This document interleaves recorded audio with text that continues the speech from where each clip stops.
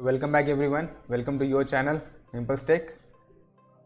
In today's episode we are going to learn about how to interface the potentiometer with the ESP32 board. Now we'll see how to read the analog values from the potentiometer, as well as you can do the same thing for the analog sensors. So you can read the data from the analog sensor. Once you have done the same thing for the potentiometer, then you can easily able to interface the any analog sensor with the ESP32 board. It's very easy. For this we are going to use the analog input pins of the ESP32 board. So without wasting time, so let's get started. So I will directly explain you the coding on the Arduino software. So we'll get back to the software. So this is our software. Okay, so we'll use the analog input pins of the ESP32. Now the picture of the circuit diagram I have given in the description below. You can see that, or you can see that picture on the screen as well. Just do the connections like that. Okay, so I'll do the first I will do the connections with the ESP32 board. So what I'll do first, I'll just start the connection of ESP32 and the potentiometer on the board. So now you can see the connections and you can see the circuit diagram on the screen, and if you want this circuit diagram, you can find that circuit diagram in the description below. Okay, so the circuit diagram is quite easy. It's very easy circuit. Potentiometer is connected to the analog input pin of ESP32, that is 34, pin number 34, and the other two pins is, one is connected to the positive and one is connected to the negative. That means plus 3.3 volt supply and the ground. Okay, so this is about the connection. It's very easy connection. Now let's start the coding, which is very important part. We'll start the coding now. So first of all, we need to define that which pins we have used. It's very easy. Even if you have any doubt in between the coding, you can comment. Okay, so what I'll do first, I'll define the pins that I have used.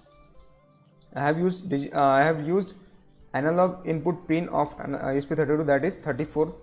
So I'll write here pot pin is to 34 semicolon. Okay, after that we'll declare one variable pot value to store the analog values given by the potentiometer. So I'll make it 0. At the time of starting it is 0. Okay, so now inside the void setup we need to initialize the serial monitor. Now we want to print the analog values on the serial monitor. So for that we'll initialize it serial dot begin. So this is the very simple coding you can do.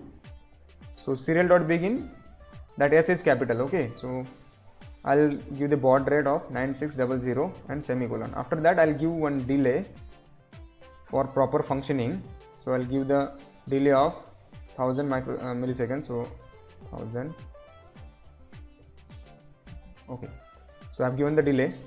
Now inside the void loop we'll write the code. Basically here you all know that the code inside the void loop runs over and over again. Okay, and the code inside the void setup run only once. Whenever the microcontroller or whenever the ESP32 board or Arduino starts, then this code will run only once inside the void setup, and the code inside the void loop will run again and again. Okay, so here I wanted to read the analog value, and also I wanted to print that analog value on the serial monitor. Now let's use our variable that is pot value. So pot value equal to analog read. We'll use here analog read function. We wanted to read the analog values given by the potentiometer. So analog read pot pin and semicolon. After that we'll start our serial monitor. Serial dot print ln. I wanted to print on the new line, so that's why it's print ln. So I'll write here pot value and semicolon. After that I'll give the delay. Let's give the delay of half second. Okay, so now let's check the code whether it's, so I'll save this code, reading pot value. Okay, save and compile this. We'll compile this code and we'll see if there is any error. So now I can upload this code in ESP32 and we'll see the output on the serial monitor. So first of all, I'll upload this code. Now the very important part to do while uploading the code. You all know that I have already explained you in previous episodes. So now we need to press the boot button for uploading. Yes. Now we have successfully uploaded the code and we'll see the output on the serial monitor now. Okay, now it's working completely fine. You are getting the output on the serial monitor. Yes, it's very easy.